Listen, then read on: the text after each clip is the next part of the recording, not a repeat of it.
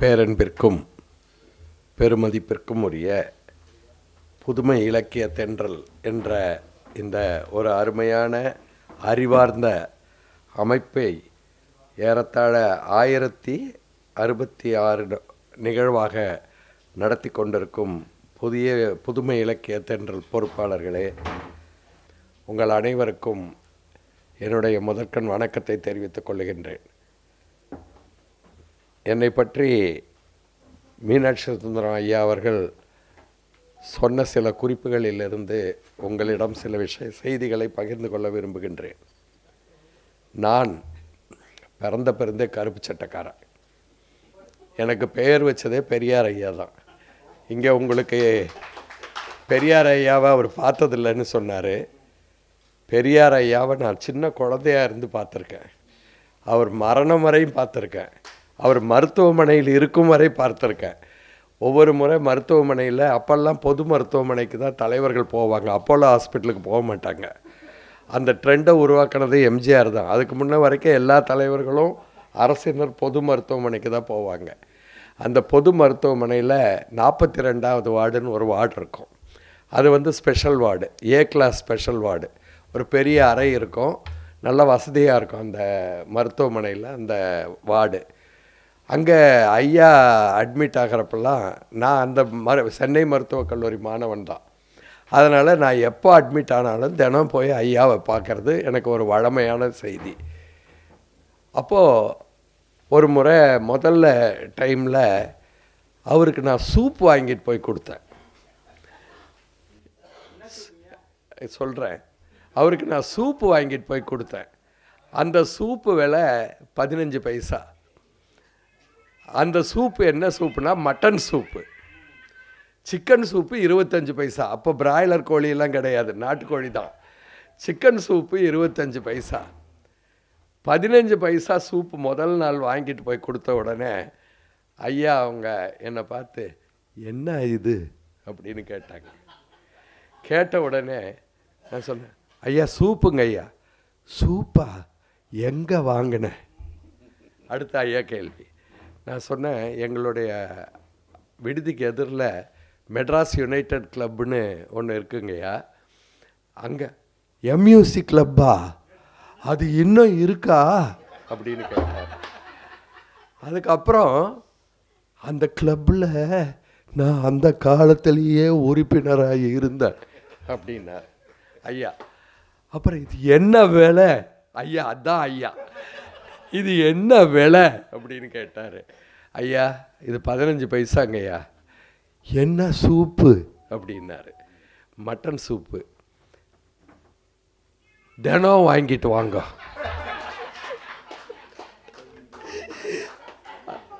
என்னைக்கு ஐயா அவர்கள் அந்த வார்த்தையை சொன்னாரோ அன்னையிலிருந்து ஐயா கடைசியாக பொது மருத்துவமனையில் சேர்ற வரைக்கும் சேர்ந்து ஒரு மருத்துவ பயனாளியாக இருந்த வரைக்கும் நான் சூப் வாங்கி கொண்டு போய் கொடுப்பேன். அப்போது மணியம்மா சொல்லுவாங்க, மணியம்மா அவங்கெல்லாம் எனக்கு அம்மாக்கள் இல்லை, நமக்கு கடவுள் நம்பிக்கை கிடையாது, ஆனால் அவங்க தான் நமக்கு கடவுள்கள். ஏன்னா நம்ம உயர்த்தியவர்கள் அவர்கள், நம்மளை வாழ வைத்தவர்கள் அவர்கள், நம்மை இன்றைக்கு இந்த அளவுக்கு அறிவோடு நாம் வாழ்வதற்கு அடிப்படை காரணமானவர்கள் தந்தை பெரியார், அன்னை மணியம்மையார், ஆசிரியர் ஐயா. இவங்க 3 பேரும் இல்லைன்னா தமிழனுக்கு வாழ்வே இல்லை. சரி, நம்ம சூப்பு கடைக்கு வருவோம். நான் எனக்கு 12 மணிலேருந்து 1 மணி வரைக்கும் லஞ்ச் பிரேக்கு. காலையில் கிளினிக்ஸ்னு சொல்லுவோம், மருத்துவக் கல்லூரியில் நோயாளிகளை பரிசோதிக்கிறதுக்காக சொல்லி கொடுப்பாங்க. சாயந்தரம் ஒரு தியரி கிளாஸ் எல்லாம் இருக்கும் மத்தியானம் லஞ்சுக்கு அப்புறம். நான் ஒரு நாள் கூட பெரியார் ஐயா மருத்துவமனையில் சேர்ந்தாருன்னா நான் ஒரு நாள் கூட லஞ்ச் சாப்பிட மாட்டேன். ஏன்னா சூப்பு வாங்கிட்டு ஓடுவேன், அவருக்கு ஐயா எதிர்பார்ப்பாரு அப்படின்னு. அந்த 12:10க்குள்ளெல்லாம் நான் போகலைன்னா, அம்மா சூப் மாஸ்டர் வரலையா அப்படின்னு ஐயா கேட்பாங்க. இதெல்லாம் விட வேறு பெரிய பெருமை எனக்கு எதுவுமே கிடையாது. எங்கள் அப்பா எங்களை எப்படி வளர்த்தாருன்னா, ஐயாவாட்டம் ஒருத்தர் யாருமே உலகத்தில் பிறக்க முடியாது. அவர் பிறந்திருக்காரு, நமக்கு வாழ்வு கொடுத்தவர் அவர். அவருக்கு பல நோய்கள் அவர் வயிற்றில் இருந்து ஒரு டியூப்பை போட்டு அந்த டியூப்பில் இருந்து யூரின் வெளியே வந்து அது ஒரு குடுவையில் சேமித்து அதை ஒரு பக்கெட்டில் வச்சுக்கிட்டு அதை தூக்கிக்கிட்டு அவர் அலைஞ்சார். அந்த பக்கெட்டை தூக்கிறதுக்கு ஐயா ரொம்ப சென்சிட்டிவாக ஃபீல் பண்ணுவார். அதை யாருக்கும் அனுமதிக்க மாட்டார் அவ்வளோ சுலபமாக. அதை எடுக்க அனுமதித்தவங்களில் முதல் மணியம்மையார், அன்னை மணியம்மையார் ஒன்று, 2வது ஆசிரியர், 3வது புலவர் இமயவரம்பன், 4வது விடுதலை ஆஃபீஸில் சம்பந்தம்னு இருந்தார் பழைய மேலாளர் அவர், 5வது எங்கள் அப்பா. எங்கள் அப்பா சொல்லுவார், உலகத்தில் எனக்கு கிடைச்ச பெரிய பிஹெச்டி டிகிரிடா அது. பெரியார் ஐயா மூத்திர டப்பாவை தூக்கிறதுக்கு அனுமதித்த 5 பேரில் நான் ஒருத்தன். இதை விட எனக்கு புகழோ பெருமையோ எதுவுமே தேவையில்லை அப்படின்னு சொன்னவர் எங்கள் அப்பா. அப்படி வளர்ந்தவன் தான் நான் என்கிட்ட கேட்டாங்க. நான் ஆஸ்திரேலியாவில் இருந்தால் காலையில் வந்தேன். வள்ளிநாயகம் ஐயா என்னோடய மரணம் புக்கை பற்றி சொன்னாங்க. எனக்கு இங்கே வர்றப்போ கொஞ்சம் தயக்கம். ஒரு ஆள் இங்கே வருவார், அவர் முன்னால் நம்ம எப்படி பேசுறது, அவர் ரொம்ப பெரிய ஆளாச்சே அப்படின்னு நம்ம முனைவர் அன்பழகனை தான் நான் நினச்சேன். அவர் முன்னாலெல்லாம் நாமெல்லாம் சிறு துரும்பு, ஒன்றும் நமக்கு பேசுகிறதுக்கு அந்த அளவுக்கு இது இல்லை. அதனால் ஏதாவது பிரச்சனை இருந்தால் தயவுசெய்து மன்னிச்சிடுங்க. அப்புறம் அப்படி வளர்ந்தவன் நான். ஒரு காலகட்டத்தில் தந்தை பெரியார் அவர்களை இவங்க என்ன சொன்னாங்க, ஆஸ்திரேலியாவில் பெரியார் அப்படின்னு பேசுங்கன்னு என்கிட்ட சொன்னாங்க. நான் ஆஸ்திரேலியாவில் இருக்கப்போ அந்த மரணம் என்ற நூல் இப்போ டெத்துன்னு வந்திருக்குது இங்கிலீஷில். அதை அந்த கான்ஃபரன்ஸில் வெளியிட்டாங்க. அதே சைஸ் தான் டெத்துன்னு வந்திருக்கு. அதை பற்றி இன்றைக்கி அமெரிக்காவிலேருந்து ஒருத்தர் எனக்கு அனுப்பியிருக்காங்க, ஒரு லேடி. அது நான் என்ன எழுதணுனோ அதே மாதிரி ஒரு அம்மா, லோப்பான்னு ஒரு அம்மா ஒரு வில்லு எழுதி வச்சுருக்காங்க, உயில். அந்த உயிலில் ஆன்மீகத்தை பற்றியெல்லாம் அதில் எழுதியிருக்காங்க. அது இர்ரிலவெண்ட். அதுக்கு பதில் நான் எழுத போகிறேன். நான் இது வரைக்கும் 9000 முக அறுவை மருத்துவம் செஞ்சுருக்கேன். அந்த 9000 முக அறுவை மருத்துவத்தை செய்கிறதுக்கான படிப்பு முக அறுவை மருத்துவம். நான் அது 3 வருஷம் பல் டாக்டர் முடிச்சுட்டு அது 3 வருஷம் படிக்கணும். அது படித்து முடித்தப்போ தமிழ்நாட்டில் இருந்த 9 முக அறுவை மருத்துவர்களில் நானும் ஒருத்தன். என்னுடைய பேராசிரியர் மலையாள பார்ப்பனர். முதல் நாளே எம்டிஎஸ் சீட்டு கிடச்சி நான் போகிறேன். இங்கே வாடா அப்படின்னு கூப்பிட்டாரு. பார்ப்பனர் எல்லாரையும் வாடா போனான்னு தான். நான் 7 வருஷம் சர்வீஸில் இருந்துட்டு போகிறேன், சர்வீஸ் கேண்டிடேட்டு நான். வாடான்னு கூப்பிட்டாரு. டேய், நீ கருப்பு சட்டைக்காரன், நீ எம்டிஎஸ்ஸே ஆக முடியாது, ஓடி போயிடு. முதல் நாளே அவர் சொன்ன வார்த்தை என்கிட்ட, ஓடி போயிடு, நீ சர்வீஸ் கேண்டிடேட் தானே, போய் சர்வீஸ்லேயே ஜாயின் பண்ணிக்கோ அப்படின்னு சொன்னார். இல்லைங்க, நான் ஓடலாம் மாட்டேன். அப்போ நீ எம்டிஎஸ்ஸே ஆக மாட்டேன் அப்படின்னாரு. சரிங்க, பரவாயில்ல, ஆனால் நான் படிக்கிறேன். எம்டிஎஸ்ங்கிறது ரொம்ப ஒரு காம்ப்ளிகேட்டட் முக அறுவை மருத்துவங்கிறது. ஏன்னா நிறைய நரம்புகள், இரத்த குழாய்கள்லாம் நம்ம முகத்தில் இருக்குது. அந்த மாதிரி ஒரு படிப்பில் ஒரே ஒரு நாள் கூட நான் ஆப்ரேஷன் தியேட்டருக்கு அந்த ஆள் கூட்டிக்கிட்டு போனதில்லை. நான் பார்த்ததே இல்லை ஆப்ரேஷனை. பார்க்காமையே படிச்சுட்டேன்.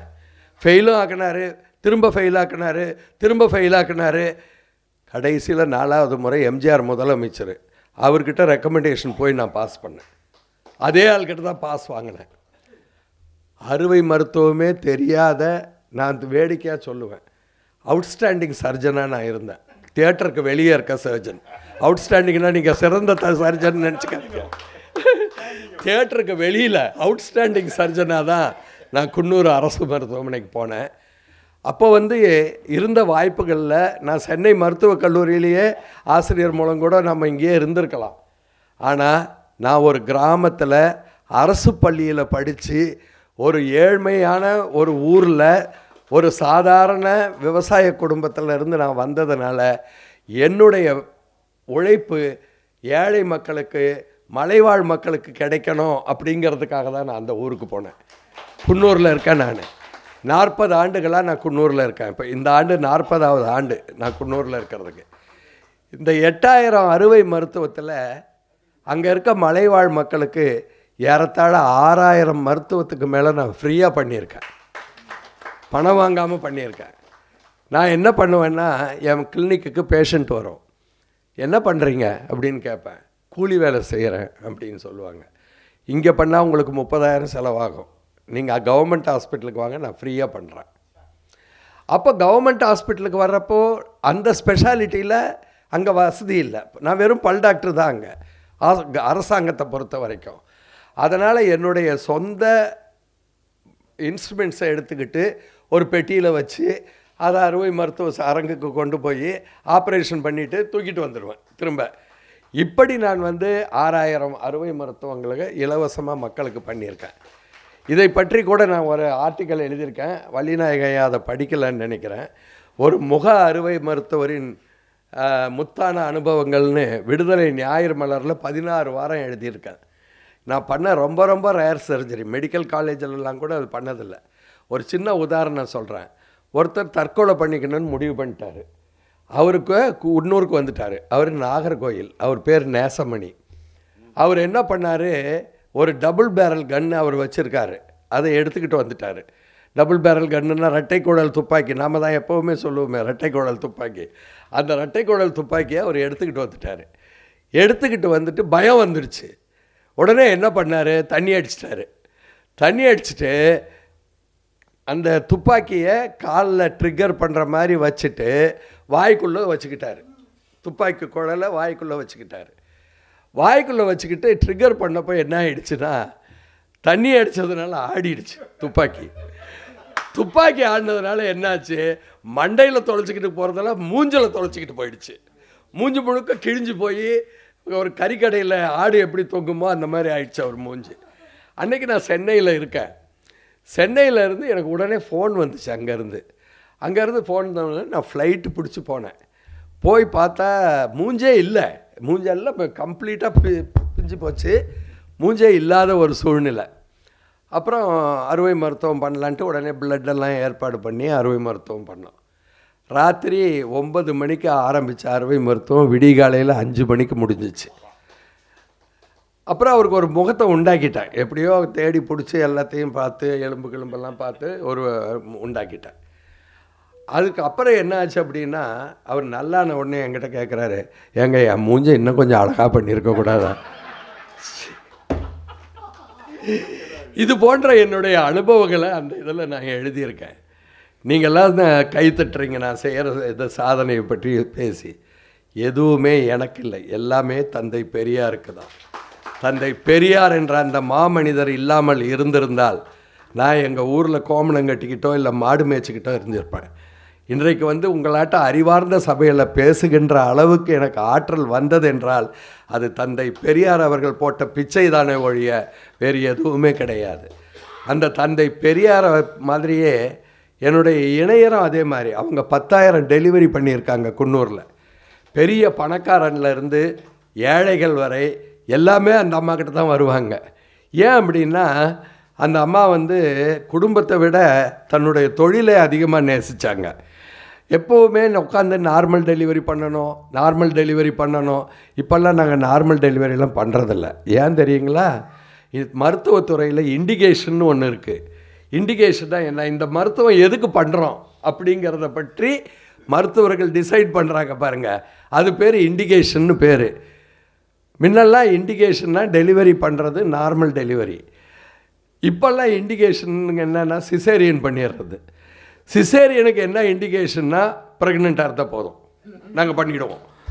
அதுக்கு நார்மல் டெலிவரிலாம் பண்ண வேண்டியதில்லை. அதே மாதிரி ஹிஸ்டெக்டமின்னு ஒரு சர்ஜரி இருக்குது, நீங்கள் கேள்விப்பட்டிருப்பீங்க. யாருக்கா தெரியுமா ஹிஸ்டெக்டமின்னு ஒரு ஆப்ரேஷன் இருக்கிறது? உங்களுக்கு தெரியுமா தான் லட்சுமி?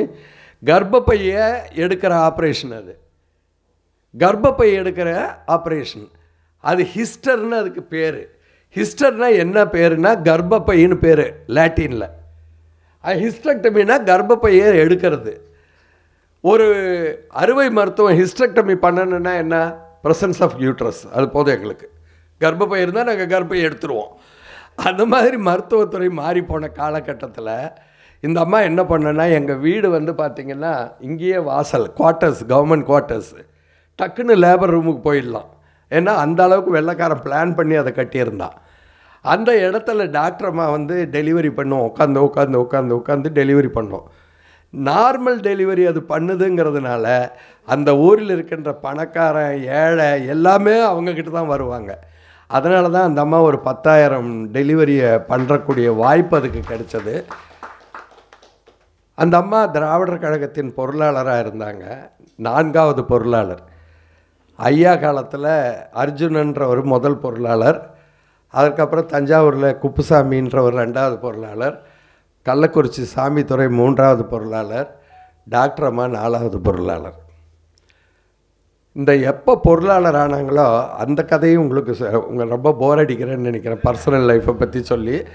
அந்த அம்மா வந்து ஆசிரியர் வந்தால், குன்னூருக்கு வந்தால், நீலமலை மாவட்டம் கோயம்புத்தூர் சைடு வந்தால் என் வீட்டில் தான் தங்குவாங்க. அப்போது ஒரு நாள் காலையில் பிரேக்ஃபாஸ்ட் சாப்பிட்டுக்கிட்டு இருக்கப்போ நான் பரிமாறுவேன், அந்த அம்மா தான் ஆசிரியர் கூட உட்காந்து சாப்பிடுவாங்க. ஆசிரியர் கேட்டார், ஏம்மா இன்னும் எவ்வளோ நாள் உங்களுக்கு சர்வீஸ் இருக்குது? இன்னும் 7 வருஷம் இருக்குங்கய்யா. இப்போ நீங்கள் விஆர்எஸ் வாங்கினா பென்ஷன் கிடைக்குமான்னு கேட்டார். ஃபுல் பென்ஷன் கிடைக்குங்கய்யா. அப்போ இன்னும் என்னத்துக்குமா இந்த சர்வீஸில் உட்காந்துக்கிட்டு இருக்கீங்க அப்படின்னாரு. சரின்னு இந்த அம்மா போயிடுச்சு. அந்த அம்மா எப்படின்னா joint director of medical services, Nilgiri district முழுக்க மருத்துவத்துறையில் அவங்க இன்சார்ஜ். அவங்க வந்து ரொம்ப பெரியார் கட்சியில் நமக்கெல்லாம் பிழைக்க தெரியாத. இந்த அம்மாவுக்கு 2 கார் கவர்மெண்ட்டில் கொடுத்துருக்கான். ஆனால் இந்த அம்மா வந்து ஊட்டியில் தங்குறதில்ல, குன்னூர்லேருந்து போகிறாங்க. அதனால் குன்னூர்லேருந்து பஸ்ஸில் போவாங்க. ஊட்டி பஸ் ஸ்டாண்டுக்கு தான் கார் வரும், கவர்மெண்ட் காரு. அங்கேருந்து கவர்மெண்ட் காரில் ஆஃபீஸுக்கு போவாங்க. ஆனால் அந்த அம்மா ஊட்டி முழுக்க காரில் போகிறதுக்கான வாய்ப்பும் பவரும் இதுக்கு இருக்குது. அப்போ நான் சொன்னேன், ஏங்க நீங்கள் தான் ஊட்டி முழுக்க போகலாமே, காரில் வர வேண்டியதானே.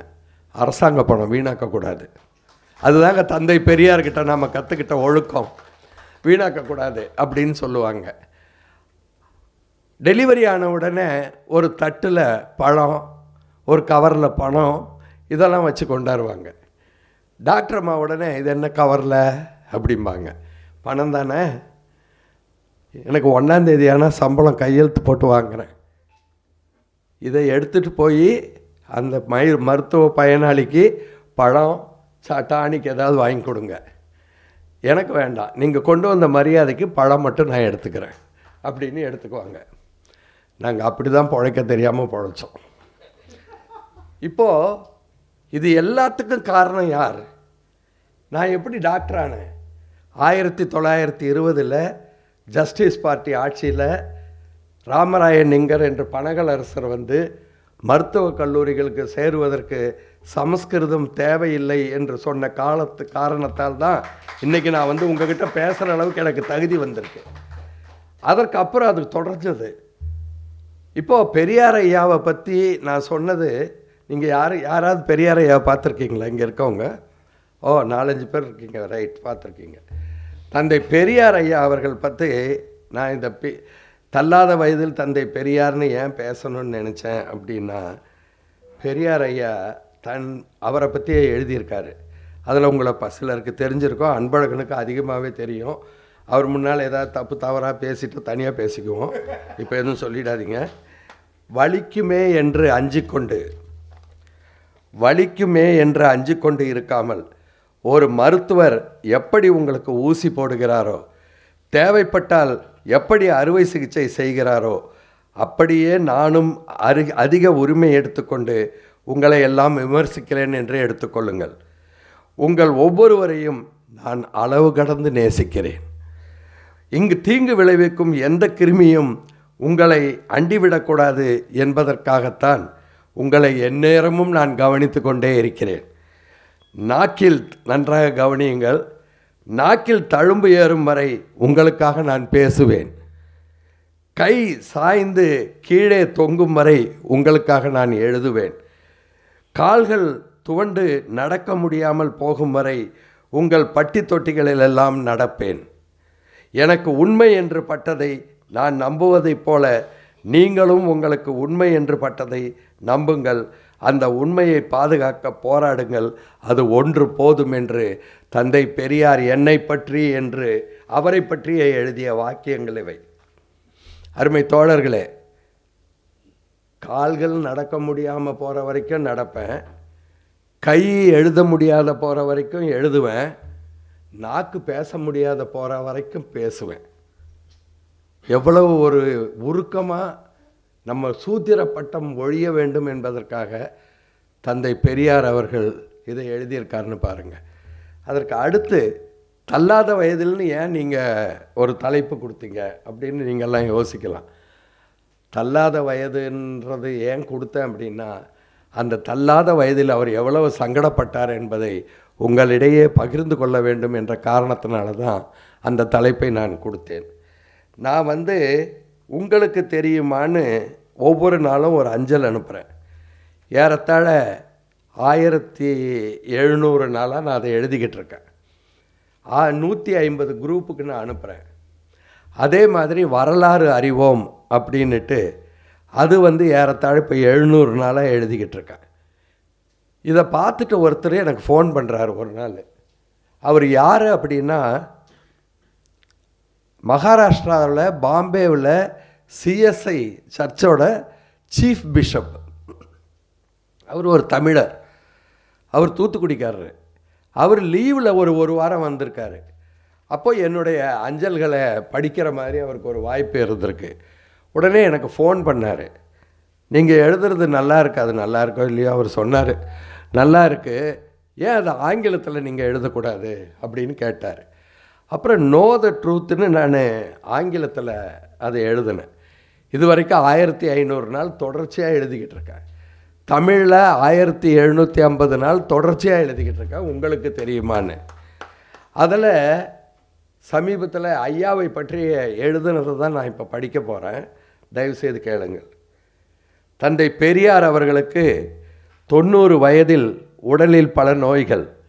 அந்த நோய்களோட நம் சூத்திர பட்டத்தை ஒழிக்க வேண்டும் என்று ஊராக அலைந்து மக்களுக்கு விழிப்புணர்வை உண்டாக்க முயன்றார்.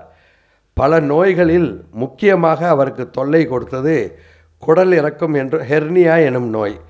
மிகப்பெரிய அளவில் குடல் இறங்கி இருந்ததால் அது சிறுநீர் பையை அழுத்தும் நிலை உண்டானது. இது நான் எழுதுனது, அதை அப்படியே படிக்கிறேன். அதனால் அடிக்கடி சிறுநீர் கழிக்க வேண்டிய இடைஞ்சல். பெரியார் அவர்கள் ஒவ்வொரு கூட்டத்திலும் 3 மணி நேரம் 4 மணி நேரம் பேசும் பழக்கத்தை கொண்டவர். தொடர்ச்சியாக அவர் அத்தனை மணி நேரம் பேசும்போது சிறுநீர் கழிக்க வேண்டும் என்ற உணர்வு அவருக்கு எவ்வளவு தொல்லையாக இருக்கும். மருத்துவர்கள் ஒரு அறுவை மருத்துவம் செய்து அந்த தொல்லையை குறைக்கலாம் என்று அறிவுறுத்தினர். ஆனால் அவர் வயதை நினைத்து அன்னை மணியம்மையார் அவர்களும் ஆசிரியர் வீரமணி அவர்களும் மிகவும் தயங்கினர். அறுவை மருத்துவம் நடந்ததா? நாளை பார்ப்போம். அது அப்படி கேள்விக்கு அப்போ தான் அடுத்த நாள் படிப்பாங்கன்றதுக்காக போடுவேன். பெரியாரை கவனிக்கும் மருத்துவர்கள் அன்னை மணியம்மையாரை சமாதானம் செய்தனர். வேலூர் கிறிஸ்துவ மருத்துவக் கல்லூரி மருத்துவமனையில் தந்தை பெரியார் சேர்க்கப்பட்டார். அரை மனதோடு அம்மா அவர்களும் ஆசிரியர் அவர்களும் அறுவை மருத்துவத்திற்கு சம்மதித்தனர். சிறுநீர் பை வடிகால் துளை என்று அந்த அறுவை மருத்துவத்திற்கு பெயர். ஆங்கிலத்தில் சூப்ராபியூபிக் சிஸ்டாட்டமின்னு அது சொல்லுவாங்க என்ற அறுவை மருத்துவம் பெரியார் ஐயாவிற்கு செய்யப்பட்டது. சிறுநீர் பையிலிருந்து நேரடியாக வயிற்றின் வெளிப்புறம் வரை துளையிட்டு அதன் வழியே ஒரு குழாயை செருகி நேரடியாக சிறுநீரை வெளியேற்றும் அறுவை மருத்துவம் அது. அந்த குழாயைத்தான் ஒரு குடுவையில் வைத்து அதை ஒரு வாளியில் வைத்து ஐயா அவர்கள் தான் சுற்றுப்பயணம் செல்லும் இடங்களுக்கெல்லாம் தூக்கி கொண்டு சென்று தன் பரப்புரைகளை ஆற்றினார். அறுவை மருத்துவத்திற்கான நாளும் வந்தது. ஆப்ரேஷனுக்கு டிசைட் பண்ணிட்டாங்க. கடைசியில் இவங்களையும் கன்வின்ஸ் பண்ணிட்டாங்க. 90 வயது தொண்டுக்கிழவருக்கு அறுவை மருத்துவமனையே பரபரவென்று இருந்தது. அன்னை மணியம்மையார், ஆசிரியர் வீரமணி, புலவர் இமயவரம்பன், ஆசிரியரின் இணையர் மோகனா அம்மாள், விடுதலை சம்பந்தம், திருப்பத்தூர் ஏடி கோபால் மற்றும் பல கழகத்தின் முன்னோடிகள் வேலூர் கிறிஸ்துவ மருத்துவக் கல்லூரி மருத்துவமனையில் திரண்டிருந்தனர். ஏற்கனவே மருத்துவர்கள் அம்மா அவர்களிடமும் ஆசிரியர் அவர்களிடமும் அறுவை மருத்துவத்தை பற்றி விளக்கமாக பேசியிருந்தார்கள். வேலூர் கிறிஸ்தவ மருத்துவக் கல்லூரியின் அறுவை மருத்துவத்துறையின் தலைவர் மருத்துவர் ஜான்சன், மருத்துவர் பதம் சிங், ஐயாவின் மேல் அதிக அளவு பற்றும் பாசமும் வைத்திருந்த மருத்துவர் பட் ஆகிய மருத்துவ குழுவினர் அறுவை அரங்கில் திரண்டிருந்தனர். 2 மணி நேரம் அந்த அறுவை மருத்துவம் செய்ய ஆகும் என்று மணியம்மையார் அவர்களிடம் மற்றவர்களிடமும் மருத்துவர்கள் கூறியிருந்தனர். அறுவை மருத்துவ அரங்கிற்கு ஐயா கொண்டு செல்லப்பட்டு விட்டார். வெளியே காத்திருந்த அனைவர் முகத்திலும் பயம் கலந்த பதற்றம். திரைப்படங்களில் வரும் திரைக்காட்சி போல அனைவரும் அறுவை அரங்கின் வெளியே நுழைவாயிலேயே பார்த்து வண்ணம் இறுக்கமான உணர்வோடு அமர்ந்திருந்தனர். நேரம் மிகவும் மெதுவாக நகர்ந்து கொண்டிருந்தது. மருத்துவர்கள் சொன்ன 2 மணி நேரமும் ஆமை வேகத்தில் நகர்ந்து முடிந்தது. அப்போதும் அறுவை அரங்கிலிருந்து எந்தவிதமான செய்தியும் வெளியில் கவலையோடும் பயத்தோடும் பதற்றத்தோடும் கடிகாரத்தையும் அறுவை அரங்கின் நுழைவாயையும் பார்த்து கொண்டு அமர்ந்து காத்து கொண்டிருந்தவர்களுக்கு கிடைக்கவில்லை. பதற்றம் மேலும் பதற்றம். நேரம் ஆமை வேகத்தில் நகர்ந்து கொண்டிருக்கிறது. தந்தை பெரியார் அரங்கத்தின் உள்ளே போகப்பட்டு 3 மணி நேரம் ஆகிவிட்டது. ஏன் இன்னும் ஐயாவுக்கு அறுவை மருத்துவம் முடியவில்லை? ஏதாவது பிரச்சனையா என்ற கவலையும் பயமும் சூழ்ந்த முகத்தோடு அன்னை மணியம்மையார், ஆசிரியர் ஐயா, மற்றவர்களும் காத்திருந்தார்கள். அனைவர் முகத்திலும் கவலைகள் படரத் தொடங்கின. ஐயா உள்ளே போய் 4 மணி நேரம் ஆனதாக கடிகாரம் காட்டியது. ஐயாவிற்கு அறுவை மருத்துவம் செய்கின்ற மருத்துவர் பட் கிறிஸ்தவ மருத்துவக் கல்லூரியின் அறுவை மருத்துவ பகுதியின் தலைமை மருத்துவர். அறுவை மருத்துவம் செய்வதில் மிகவும் புகழ்பெற்றவர். அறுவை அரங்கில் இருந்த மற்ற மருத்துவர்களும் புகழ்வாய்ந்தவர்கள். 100கணக்கில் அறுவை மருத்துவம் செய்து பல உயிர்களை அவர்கள் காத்தவர்கள். மருத்துவர் ஜான்சன் ஊடுகதிர் துறையின் தலைமை மருத்துவர். தந்தை பெரியாரிடம் அளவிடற்கரிய அன்பையும் நன்மதிப்பையும் பெற்றவர். அவரும் அறுவை அரங்கினில் உள்ளிருந்தார். அறுவை மருத்துவ அரங்கில் இருந்த அனைவரும் தந்தை பெரியாரை எப்படியாவது காப்பாற்றி நல்லபடியாக குணமாக்கி வெளியே கொண்டு விட வேண்டும் என்பதிலே முனைப்பாக இருந்தார்கள். அது வெளியே இருந்த அனைவருக்கும் நன்றாகவே தெரியும். அதனால் ஒருவருக்கு ஒருவர் நம்பிக்கையான வார்த்தைகளை பேசியவாறு மனதிற்குள் பயந்தான். பேசியவாறு கடிகாரத்தை பார்த்தவாறு பதைபதைப்போடு அமர்ந்திருந்தனர். தந்தை பெரியார் அறுவை அரங்கத்திற்கு எடுத்து செல்லப்பட்டு 4.5 மணி நேரம் ஆகிவிட்டது. அரங்கினுள் என்னதான் நடக்கிறது என்ற கவலை ஒவ்வொருவர் முகத்திலும் இருந்தது.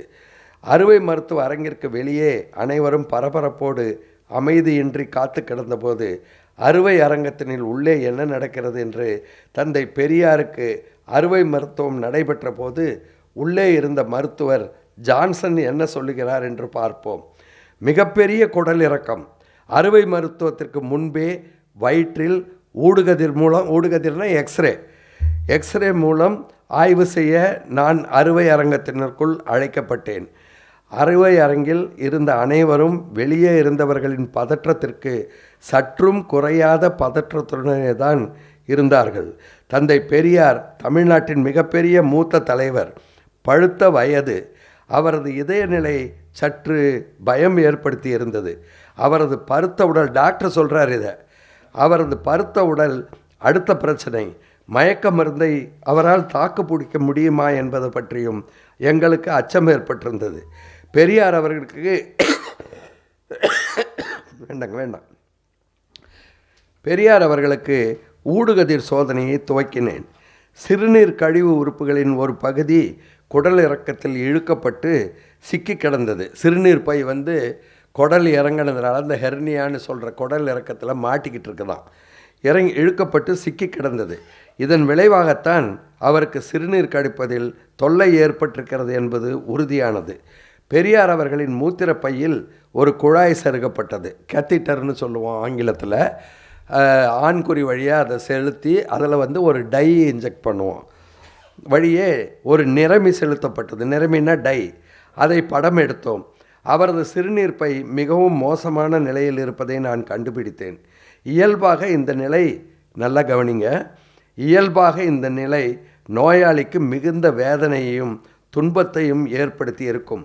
பெரியார் வேதனையாலும் துன்பத்தாலும் துடிதுடித்து கொண்டுதான் இருந்தார்.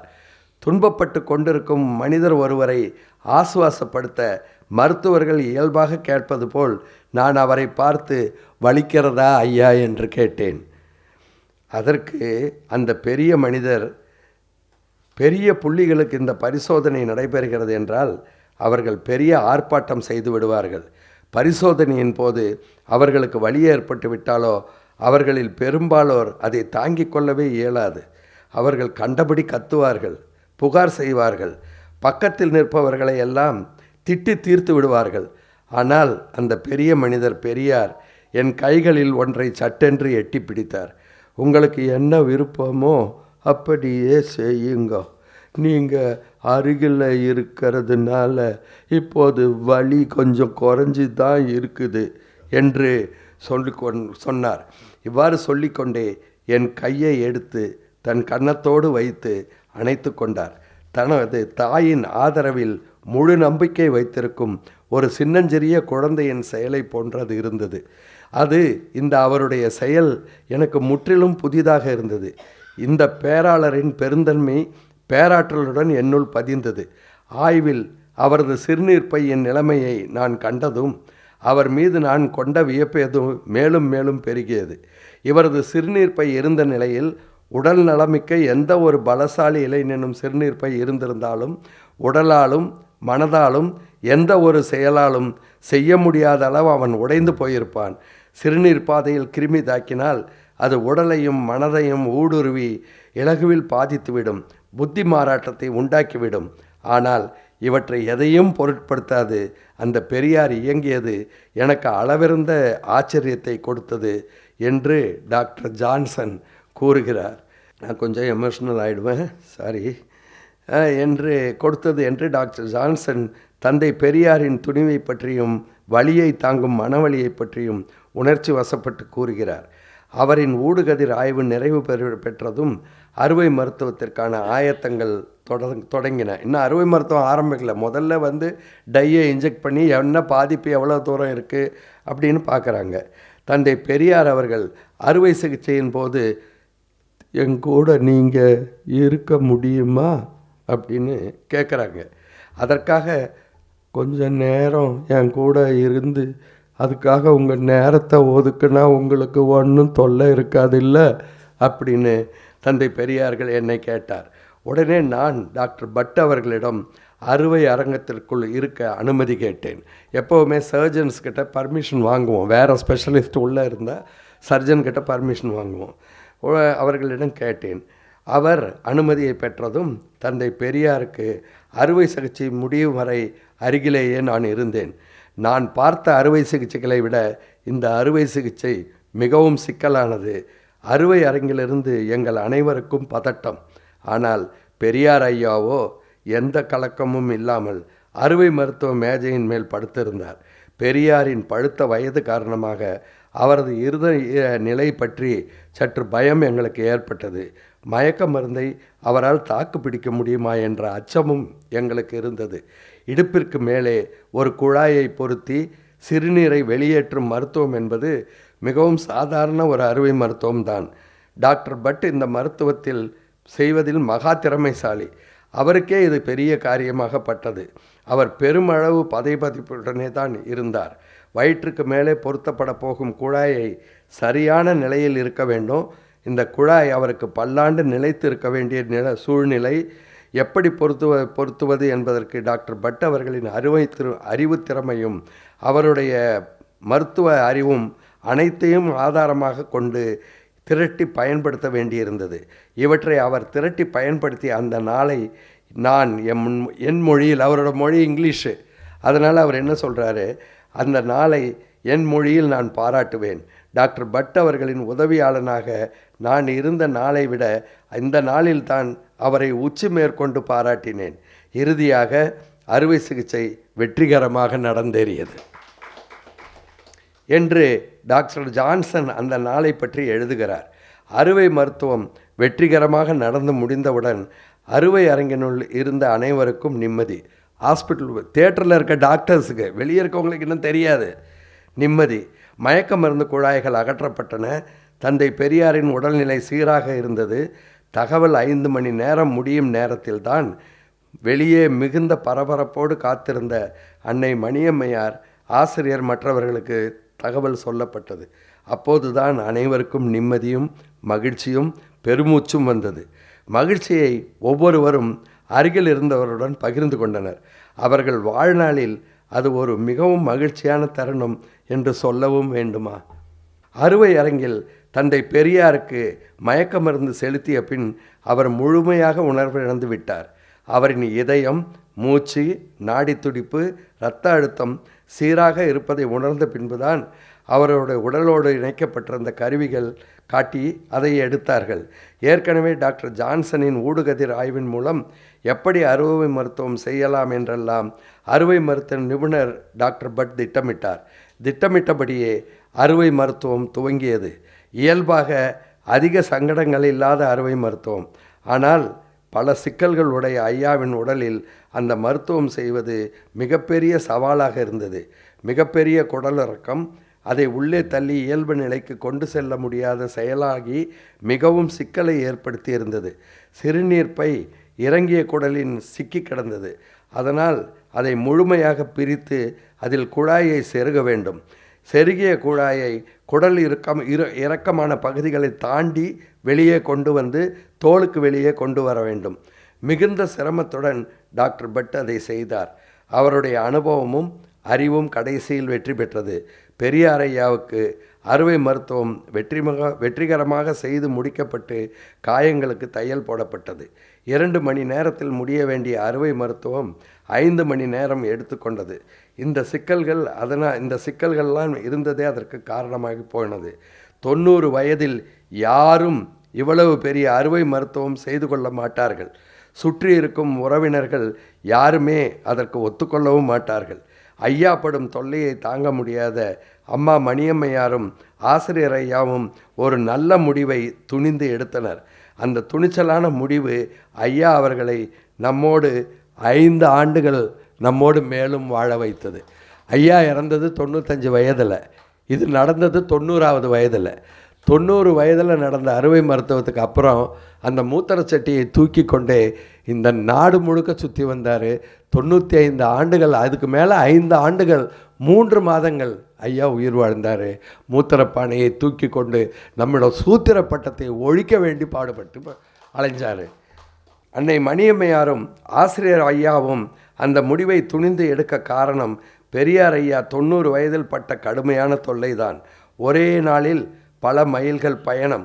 காலையில் ஒரு ஊர், மாலையில் ஒரு ஊர், இரவு மற்றொரு ஊர், பொதுக்கூட்டங்கள், ஒவ்வொரு ஊரிலும் பல மணி நேரம் பரப்புரைகள். தொடர்ச்சியான இத்தனை அலைச்சலால் திடீரென்று வரும் காய்ச்சல், தொண்டர்கள் ஆர்வத்தோடு தரும் பலவித உணவுகளையும் உண்பதால் ஏற்படும் வாந்தி, வயிற்றுப்போக்கு, ஒவ்வாமை ஆகிய இந்த தொல்லைகள். உடலின் நிலை மாறும்போது குடல் இறக்கத்தால் அடிவயிற்றில் ஏற்படும் உயிர் போன்ற வலி. எங்கள் அம்மா எள்ளு ஒப்பிட்டு செய்வாங்க, முறுக்கு செய்வாங்க. அது ஐயாவுக்கு ரொம்ப பிடிக்கும். எப்போவுமே ஐயாவை பார்க்க வரணுன்னா இந்த எள்ளு ஒப்பட்டு, போலின்னு சொல்லுவாங்க, இங்கே என்ன சொல்கிறாங்களோ தெரியல, இந்த எள்ளு ஒப்பட்டும் முறுக்கும் செஞ்சு எங்கள் அம்மா எடுத்துகிட்டு வருவாங்க. ஐயா என்ன பண்ணுவார், இந்த பெரியார் திடலில் முதல்ல அந்த கட்டில் இருக்குது பாருங்கள், அங்கே தான் ஐயா உட்காந்துருப்பாங்க. பின்னால் ஒரு மரப்பலகை இருக்கும், அதுக்கு பின்னால் ஒரு சின்ன கட்டில் இருக்கும், அங்கே அம்மா மணியம்மா இருப்பாங்க, படுத்துக்கிட்டு இருப்பாங்க. அதுக்கு பின்னால் கிச்சன் இருந்துச்சு, இப்போ எல்லாம் மாறி போச்சு. அதுக்கு பின்னால் கிச்சன் இருந்துச்சு. உள்ளே வந்த உடனே, வா வந்துட்டியா, கொண்டு வந்தியா ஐயா கேட்பாங்க. உடனே எங்கள் அம்மா ஏற்கனவே தெரியும் இல்லை, அதனால் ஒரு 2 ஒப்பட்டை தனியாக ஒரு பேப்பரில் மடித்து 4 முறுக்கையும் வச்சுருப்பாங்க. அதை எடுத்து தலையணுக்கு கீழே வச்சுட்டு ரொம்ப சந்தோஷம் அப்படின்னு ஐயா சொல்லுவாங்க. அங்கேருந்து உள்ளே போன உடனே, என்ன அங்கே வாங்கிட்டாரா அப்படின்னு அம்மா கேட்பாங்க. அது பாருங்கள் ஒவ்வொருத்தரோட இண்டிவிஜுவாலிட்டி எப்படி இருக்குன்னுட்டு. அம்மா கேட்பாங்க, இல்லைம்மா, ஏய் பொய் சொல்லாதடி, நீ கொடுத்துட்டு தான் வந்திருப்ப அப்படின்னு அம்மா சொல்லுவாங்க. அப்புறம் இது வழக்கமாக அது மாதிரி என்ன பண்ணுறது, எல்லோப்பட்டு 92 வயசில் சாப்பிட்டா செரிக்குமா? அதனால தான் அது வாந்தி, வயிற்றுப்போக்கு, ஒவ்வாமை, உடலின் நிலை மாறும்போது குடல் இறக்கத்தால் அடிவயிற்றில் ஏற்படும் உயிர் போகின்ற வலி இயல்பாக சிறுநீர் வெளியேறாமல் சொட்டு சொட்டாக வெளியேறும்போது பிறப்பிறப்பில் ஏற்படும் கடுமையான எரிச்சல் என்று எந்த ஒரு மனிதனும் தாங்கிக் கொள்ள முடியாத நிலையிலும் மேற்சொன்னபடி சுற்றுப்பயணம். குளித்து முடித்து வாசனை திரவங்களை அள்ளி தெளித்து கொண்டு உயர்ந்த ஆடைகளை அணிந்து மக்களிடையே வலம் வந்தவர் அல்ல அவர். குளித்து எத்தனை நாளாயிற்று, சட்டையை துவைத்து எத்தனை நாளாயிற்று, அணிந்துள்ள சட்டையில் பொத்தான்கள் இருக்கிறதா, பொத்தல்கள் இருக்கிறதா, மக்களிடையே இருக்கும் பொத்தல்களை மாற்ற போராடிய மாபெரும் தலைவர் அல்லவா அவர். அவருடைய சட்டையில் இருக்கும் பொத்தல்களை பற்றி அவர் கவலைப்பட்டதே இல்லை. இடுப்பிற்கு கீழே இறங்கிய குடலையும் வீங்கிய பெருத்த விதைப்பைகளையும் மறைத்து கொண்டு கட்டிய கைலியில் அவரையும் அறியாமல் சொட்டுகின்ற சிறுநீரால் ஏற்படும் சங்கடங்களை தாங்கிக் கொண்டு மக்களின் சங்கடங்களை தீர்க்க அவர் படுகின்ற பாட்டை உடனிருந்து பார்த்து வருந்தியவர்கள் அம்மாவும் ஆசிரியரும் மற்றவர்களும். அதனால்தான் வேறு வழியின்றி அறுவை மருத்துவத்திற்கு ஒத்துக்கொண்டனர். அவருக்கு அறுவை மருத்துவத்தின் போது ஏதாவது ஆகிவிட்டால் என்ன செய்வது என்ற பயமும் பரிதவிப்பும் அவர்களுக்கு இருந்து கொண்டே இருந்தது. அதனால் ஏற்பட்ட மன உளைச்சல் என்று பல வகைகளிலும் அவர்களை பாதித்திருந்தது. இந்த மன உளைச்சலின் காரணமாகத்தான் மணியம்மாவுக்கே பலமுறை ஹார்ட் அட்டாக் வந்துச்சு. ஐயாவை பாதுகாக்கணும் அப்படிங்கிற அந்த மன உளைச்சல் காரணமாகவும் அந்த பொறுப்பின் காரணமாகவும் பலமுறை இவங்களுக்கு ஹார்ட் அட்டாக் வந்துச்சு. பெரியார் படத்தில் நீங்கள் பார்த்துருப்பீங்க. அங்கே அவங்களும் ஜென்ரல் ஹாஸ்பிட்டலில் தான் சேருவாங்க. பொது மருத்துவமனையில் டாக்டர் செந்தில்நாதன் ஒரு இருந்தார். கொரோனரி கேர் யூனிட்னு பேர் அதுக்கு. அந்த ஒரு கொரோனரி கேர் யூனிட்டில் அம்மா ஏறத்தாழ 16 முறை அட்மிட் ஆகியிருக்காங்க. ஒரு முறை அட்மிட் ஆகிட்டு ரொம்ப சீரியஸாக அவங்க அட்மிட் ஆனாங்க. அப்போ பெரியார் ஐயா கண் கலங்கிட்டு, உனக்கு முன்னே நான் போயிடுவேன்னு நினச்சேன், எனக்கு பின்னால் நீ தான் பார்க்கணுன்னு நினச்சேன், நீ இப்படி படுத்துக்கிட்டு எனக்கு முன்னாலேயே போயிடுவ போல இருக்கே அப்படின்னு கண்ணீர் விட்டு அழுத காட்சியெல்லாம் நான் பார்த்துருக்கோம். ஆமாம், அதற்கு 5 மணி நேரமாக நடந்த அறுவை மருத்துவம் வெற்றி பெறாமல் முடிந்தது என்ற செய்தி பாலைவனத்து சோலையை கண்ட பாலைவனத்து பயணியின் நிலையை அன்றோ அது நமக்கு நினைவூட்டியது. வேலூர் கிறிஸ்தவ மருத்துவக் கல்லூரி மருத்துவமனையில் அறுவை மருத்துவம் வெற்றிகரமாக முடிந்தது. சிறுநீர் பையிலிருந்து ஒரு குழாய் செருகப்பட்டு அது அடி வயிற்றுக்கு சற்று மேலே வெளியே வரும்படி பொருத்தப்பட்டு அதனோடு மற்றொரு நீண்ட குழாய் இணைக்கப்பட்டு அந்த குழாய் ஒரு குடுவையில் வைக்கப்பட்டு சிறுநீர் பையில் சேரும் சிறுநீர் சிறிது சிறிதாக வெளியேறி அந்த குடுவையில் இறங்கும் வண்ணம் அந்த அறுவை மருத்துவ அமைப்பு இருந்தது. சிறுநீர் பையிலிருந்து வயிற்றிலிருந்து வெளியேறும் குழாய் சற்று விலகினாலும் மருத்துவ பயனாளியான தந்தை பெரியாருக்கு கடுமையான வலி ஏற்படும். அதை மருத்துவர்கள் உடனே சீராக்கி விடுவார்கள். அந்த டியூப்பு நகர்ந்துடுச்சுன்னா ரொம்ப வலிக்கும். அந்த டியூப்பை திரும்ப அதோட பொசிஷனில் டாக்டர்ஸ் பொருத்துவாங்க. வலியும் நின்று போகும். இது சில காலம் தொடர்ந்தது. தள்ளாத வயதில் தனியாக நடக்க முடியாத தந்தை பெரியார் தன் உடல் தளர்ச்சியையும் தாங்கி கொண்டு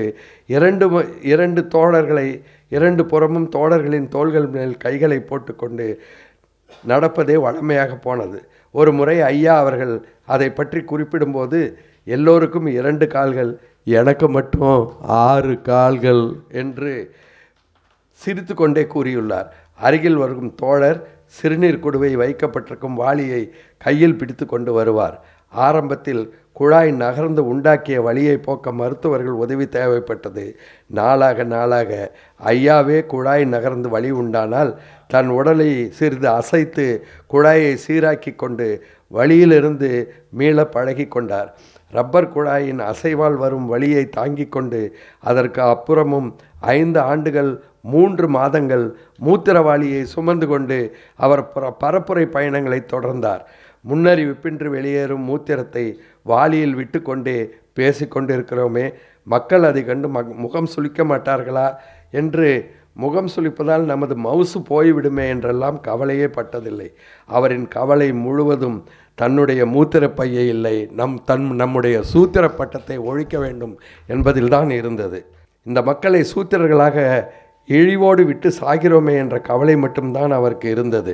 தந்தை பெரியாரின் உடல்நிலை அந்த அளவு மோசமாக இருந்தாலும் அதை பற்றியெல்லாம் கவலைப்படாது தனது சுற்றுப்பயணத்திலும் பரப்புரைகளிலும் கவனமாக இருந்தார். அதை பற்றி டாக்டர் ஜான்சன் குறிப்பிடுவதை பாருங்கள். முற்றிலும் பழுதடைந்த கடிகாரம் நம்ப முடியாத வகையில் சரியான நேரத்தை காட்டி ஓடிக்கொண்டிருக்கிறது. இந்த கடிகாரத்தை இறக்குமதியான கடிகாரம் என்று கூறி மறுப்பவர்கள் ஒருபுறம், எண்கள் தமிழாக இல்லை என்று எடக்கு பேசி மறுப்பவர்கள் மறுபுறம், கடிகாரத்தின் முட்கள் கருப்பாக இருக்கிறது என்று வெறுப்பவர்கள் இன்னொரு புறம், கடிகாரத்தின் ஓசை இனிமையாக இல்லை என்று குறை கூறும் இன்னிசை விரும்பிகள் அடுத்த புறம். இவர்கள் யாருமே ஏன் கடிகாரம் ஓடவில்லை என்பதை பற்றியோ, இந்த ஒரே ஒரு கடிகாரம் மட்டும்தான் நமக்கு சரியான நேரத்தை காட்டிக்கொண்டிருக்கிறது என்ற சிந்தனை கூட இல்லாமல் இருக்கிறார்கள். ஆனால் இவைகள் எதை பற்றியும் கவலைப்படாமல் அந்த பழுதடைந்த கடிகாரம் சரியான நேரத்தை மக்களுக்கு காட்டி கொண்டிருக்கிறது என்று தந்தை பெரியார் பற்றி, அவர் உடல்நிலை பற்றி ஒரு புகழ்வாய்ந்த மருத்துவ நிபுணர் பழுதடைந்த கடிகாரத்தோடு அவருடைய உடல்நிலையை ஒப்பிட்டு கூறுகிறார். டாக்டர் ஜான்சன் எழுதியது போல கடிகாரத்தின் முட்கள் கருப்பாக இருக்கிறதே என்று வெறுப்பவர்களை பற்றியோ, கடிகாரத்தின் ஓசை இனிமையாக இல்லையே, இனிமையாக இல்லை, தேவடியா பசங்களேன்னு முதலமைச்சரை மேடையில் வைத்து கொண்டு சொன்னவர் தந்தை பெரியார். ஒரு தேவடியா பையன் இன்னைக்கு முதலமைச்சராக வந்திருக்கான்னு சொன்னவர் தந்தை பெரியார். கடிகாரத்தின் ஓசை இனிமையாக இல்லையே என்பதை பற்றியோ எந்த கவலையும் படாமல் தன் 90 வயதை பற்றியோ, தன் உடலின் அவ்வளவு பெரிய மருத்துவத்தில் நடந்ததை பற்றியோ, தன் குறையுண்ட உடலை பற்றியோ எண்ணாமல் தன் பயணத்தை மீண்டும் தொடர்ந்தது அந்த பழுதடைந்த கடிகாரம். தொய்வின்றி தன் வேலையை தொடர்ந்தது. அனைவருக்கும் நேரத்தை சரியாக காட்டியது. மக்களுக்கு சூத்திர பட்டத்தை ஒழிக்க தன் இறுதி போராட்டத்தையும் பெரியார் திடலில் அறிவித்தது. அதன் தொடர்ச்சியாக மாநாட்டு விளக்க கூட்டத்தில் தியாகராய நகர் பேருந்து நிலையத்தில் கூட்டம் நடந்தது. தந்தை பெரியார் அந்த கூட்டத்தில் முழங்கும் போது அங்கே தந்தை பெரியாரின் பேச்சை கேட்க ஏராளமான மக்கள் கூடியிருந்தனர். ஐயா அவர்கள் மக்களுக்கு விழிப்புணர்வு ஏற்படும் வண்ணம் தீவிரமாக உரையாற்றி கொண்டே வந்தார். திடீரென்று அவருக்கு வயிற்றில் பொருத்தியிருந்த குழாய் நகர்ந்துவிட்டது. வலியை தாங்க முடியாத தந்தை பெரியார் உடனே தன்னையும் மீறி ஐயோ ஐயோ அம்மா என்று கத்திவிட்டார். அந்த கூட்டத்தில் நானும் இருந்தேன். உடனே அனைவரும் பதறிப்போய் எழுந்து ஐயாவை நோக்கி ஓடினோம். மேடையில் இருந்தவர்களும் பயத்தோடும் அதிர்ச்சியோடும் எழுந்து ஓடி வந்தனர். ஐயாவின் கூக்குரல் அனைவருக்கும் அதிர்ச்சிக்கு மேல் அதிர்ச்சி. வயிற்றில் பொருத்தி இருந்த குழாய் ஐயா ஆவேசமாக பேசியதால் சற்று நகர்ந்து விட்டது. அதனால்தான் அவருக்கு தாங்க முடியாத வலி. மக்களின் அடிமை வாழ்வை வலியை போக்க பாடுபட்ட அந்த பெரிய மனிதரின் வலியை யார் போக்குவது? கத்தி கதறி துடித்த அந்த பெரியார் அவர்கள் ஒரு சில நிமிடங்களிலே தன்னை சுதாரித்து கொண்டார். வயிற்று குழாயின் நீர் நகர்த்தி அவரே வழமை போல் சீராக்கி கொண்டு வழியிலிருந்து விளக்கம் பெற்றார். அருகிலும் மேடைக்கு கீழிருந்து ஓடி வந்த பொதுமக்களுக்கும் நிம்மதியானது. மீண்டும் அவரவர் இருக்கையில் அவர்கள் சென்று அமர்ந்தனர். அவ்வளவு வலியால் சங்கடப்பட்ட தந்தை பெரியார் மீண்டும் தன் சொற்போரை துவக்கினார். அதற்கு பிறகு அந்த சிங்கம் 1.5 மணி நேரம் அந்த கூட்டத்தில் பேசியது. மூத்திரம் வெளியேறும் குழாயை சரிப்படுத்தி கொண்டது. வலி குறைந்து மீண்டும் தந்தை பெரியார் தன் பேச்சை தொடர்கிறார். இப்போது நாங்கள் ஐயா பேசுகிறாங்க. இப்போது நாங்கள் இந்த பிரச்சனையை கடவுளை கும்பிடாதீங்கன்னு சொல்லலை, கடவுள் இருக்கிறத நினைக்காதீங்கன்னு சொல்லலை, நன்றாக புரிஞ்சுக்கோங்க. கடவுள் என்றால் என்ன என்று சொல்லுங்க, அவ்வளவுதான் நாங்கள் சொல்லுகிறோம். ஒன்றுமே இல்லாமல் எந்த முட்டாளோ சொன்னான் என்பதற்காக மரம், மட்டை, பாம்பு, பள்ளி வர கடவுள் என்றால் அது முட்டாள்தனம் தானே, பைத்தியக்காரன் தனம் தானே. இவ்வளவு பண்ணியும் இன்னும் தேவடியா மகன் என்ற பட்டம் தானே நம்ம தலைமையில தொங்குது என்று தந்தை பெரியார் மிகவும் தன் மக்களுக்காக மனம் வருந்தி தன் உரையை தொடர்ந்தார். ஆகவே தான் எந்த சங்கதி எப்படி ஆனாலும் இப்போது நாம் ஆரம்பிச்சிருக்கிற கிளர்ச்சி காரியம் நியாயமானது என்பதற்கு நான் உங்களுக்கு ஒன்று சொல்லிக்கிறேன். இப்போது மாநாடு நடந்து 10 நாள் ஆகிடுச்சு. பல்லாயிரக்கணக்கில் மக்களும் 30க்கு மேலே பத்திரிக்கைக்காரர்களும் மாநாட்டுக்கு வந்தாங்க. செய்தி பரவி விட்டது. யாராவது இதுவரை எதிர்த்து பேசுனாங்களா? இல்லையே. நாம் பண்ணினது அவ்வளவு நேர்மையான காரியம். எவன் சொல்லுவான் நான் தேவடியா மகன்தான்னு? நான் தயாராக இருக்கிறோம். அப்புறம் அவன் பரிகாரத்துக்கு வரணும். நீ போயா வெளியே. நீ 2000 மக்களுக்கு அப்பாலே, மைல்களுக்கு அப்பாலே இருக்கிற. உன் பேச்சு வேற, உன் பழக்கம் வேற, உன் நடப்பு வேற. நீ மரியாதையாக போயிடு. ரகலை வேண்டாம். நீ இல்லாவிட்டா எங்களுக்கு என்ன கஷ்டம்? உப்பு இல்லையா? தண்ணி இல்லையா? நாடு இல்லையா? காடு இல்லையா? மழை இல்லையா? நெல் கம்பி விளையிலையா? நீ இதுவரை எங்களுக்கு பண்ணிய நன்மை தான் என்ன? மரியாதையாக ஓடி போயிடு. இவ்வளவு தான் நாம் சொல்ல போகிறோம். 20ஆம் தேதி ஆரம்பிப்போம். மளமளவென்று சொல்படி நடக்கணும். நம்ம கழகத்துக்கு போக மாட்டோம். எல்லையை அவனையும் கையால் கூட தொட்ட மாட்டோம். அடித்தாலும் பட்டு கொள்ளுவோம், திருப்பி அடிக்க மாட்டோம். அதனால் விஷயங்களை நீங்கள் தீவிரமாக கண்காணிக்க வேணும்னு நான் சொல்லுகிறேன். கேலி பண்ணாதீங்க. நீ என்ன நாளைக்கு சாக போகிறவன் தானே? நன்றாக கவனியுங்கள். ஐயா சொல்கிறாரு, நீ நாளைக்கு சாக போகிறவன் தானே? துணிந்து வருந்திருப்பாய் என்று நானே பண்ண வேணும்னு இல்லை. எனக்கு பின்னால் வீரமணி இருக்கார் பண்ணுறதுக்கு. அது பிராக்கெட்டில் நம்மளது. பண்ண வேண்டும் என்று இல்லை. நீங்கள் பண்ண வேண்டிய காரணத்தால் தான் நான் செய்கிறேன். நாம் எல்லோரும் பாடுபட்டது தெரியணும் என்று தந்தை பெரியார் ஆவேசமாக பேசிக்கொண்டிருக்கிறார். ஆவேசமாக பேசிக்கொண்டிருந்தார். அவர் நான் யார் என்று முன்னே சொன்னதை சற்று சிந்தித்து பாருங்கள். நாக்கில் தழும்பு ஏறும் வரை உங்களுக்காக பேசுவேன். கை சாய்ந்து கீழே தொங்கும் வரை உங்களுக்காக எழுதுவேன். கால்கள் துவளும் வரை உங்கள் பட்டி தொட்டிகளில் எல்லாம் நடப்பேன். எனக்கு உண்மை என்று பட்டதை நான் நம்புவதைப் போல நீங்களும் உங்களுக்கு உண்மை என்று பட்டதை நம்புங்கள்.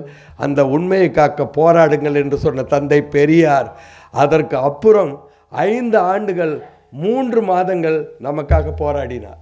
இந்த கூட்டம் முடிகிறப்போ அவருக்கு உடல்நிலை சரியில்லாமல் போயிடுச்சு. அதற்கப்புறம் 2-3 நாளில் அவர் மரணம் அடைந்து விட்டார். அவர் கால்கள் துவளும் வரை நமக்காக நடந்தார். நாக்கு பிறழும் வரை நமக்காக பேசினார். கைகள் ஓயும் வரை நமக்காக எழுதினார். அந்த தள்ளாத வயதில் அந்த தந்தை பெரியார் என்ற மாமனிதர் செய்ததால் தான் நாம் அனைவரும் இன்று அறிவார்ந்த சமுதாயமாக உட்கார்ந்திருக்கின்றோம். திராவிட மாடல் ஆட்சி இன்று நடந்து கொண்டிருக்கிறது என்றால் அது தந்தை பெரியார் அவர்கள் போட்ட வித்து தான் என்று கூறி வாய்ப்புக்கு நன்றி கூறி விடைபெறுகின்றேன். நன்றி, வணக்கம்.